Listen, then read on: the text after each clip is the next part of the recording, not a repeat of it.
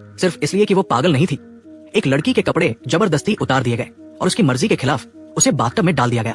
उसे जल्दी शांत करने के लिए कर्मचारी ने पहले बाथटब में ढेर सारी बर्फ डाली, फिर एक खास तरह का टॉयलेट ढक्कन उस पर रखकर बाथटब से मजबूती से बांध दिया। कुछ ही पलों में ठंडा पानी उसके पूरे शरीर में समा गया। वो पूरी तरह निराश थी। तभी उसने पीछे मुड़कर कुछ ऐसा देखा जो उसे और भी हताश कर गया। पास में एक दूसरी लड़की ठंड से हरी पड़ चुकी थी और यही उसका भी हाल होने वाला था। उसी वक्त एक और लड़की जो ये मानने को तैयार नहीं थी कि उसे मानसिक बीमारी है, अरबतियों के मनोरंजन के लिए जादूगर से सम्मोहित की जा रही थी।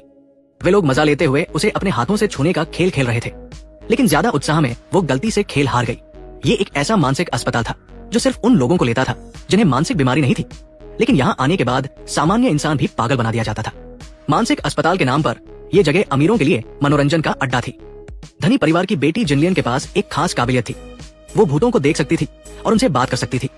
जब उसके परिवार को यह पता चला तो सभी ने उसे पागल समझा। परिवार की इज्जत बचाने के लिए उसके पिता और भाई ने उसे मानसिक अस्पताल भेज दिया।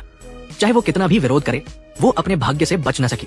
जिनलियन को बाकी मरीजों की तरह पहले पूरे शरीर की जांच से गुजरना पड़ा।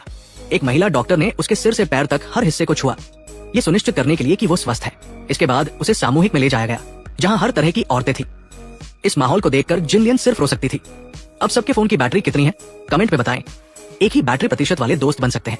समय बीतने के साथ उसे एहसास हुआ कि ये कोई मानसिक अस्पताल नहीं, बल्कि नरक की 18वीं मंजिल थी। वो हर पल वहां से भागना चाहती थी।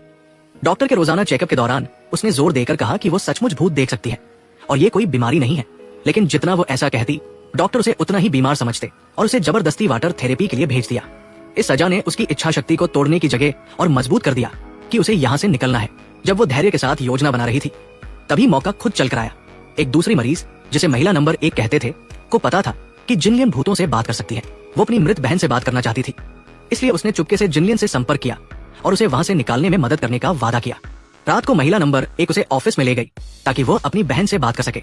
जिनलियन ने अपनी काबिलियत दिखाने के लिए कुर्सी पर बैठकर महिला की बहन का नाम पुकारना शुरू किया। जब महिला को सब्र खत्म होने लगा, तभी जिनलियन पर उसकी बहन का भूत आ गया।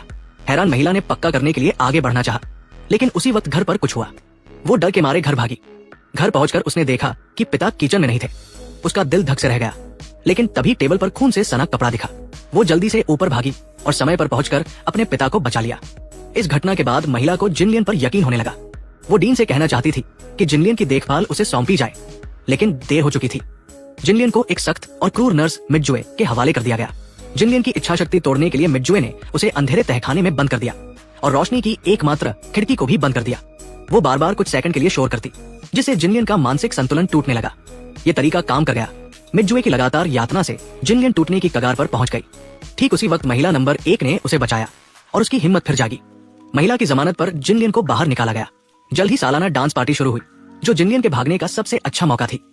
हैरानी की बात यह थी कि उसका भाई भी वहां पहुंचा। ये एक मास्क डांस थी, लेकिन असल में अमीरों के लिए मनोरंजन का मौका थी। जब सब मस्ती में डूबे थे, जिनलियन ने महिला नंबर 1 और अपने भाई की मदद से उस पागल खाने से भाग निकली। फिल्म के अंत में महिला नंबर 1 के इस कदम से अस्पताल को बड़ा नुकसान हुआ, जिसके चलते उसे भी पागल घोषित कर बंद कर दिया गया। उसने अपनी आधी जिंदगी की कैद से जिनलियन को आजादी दिलाई।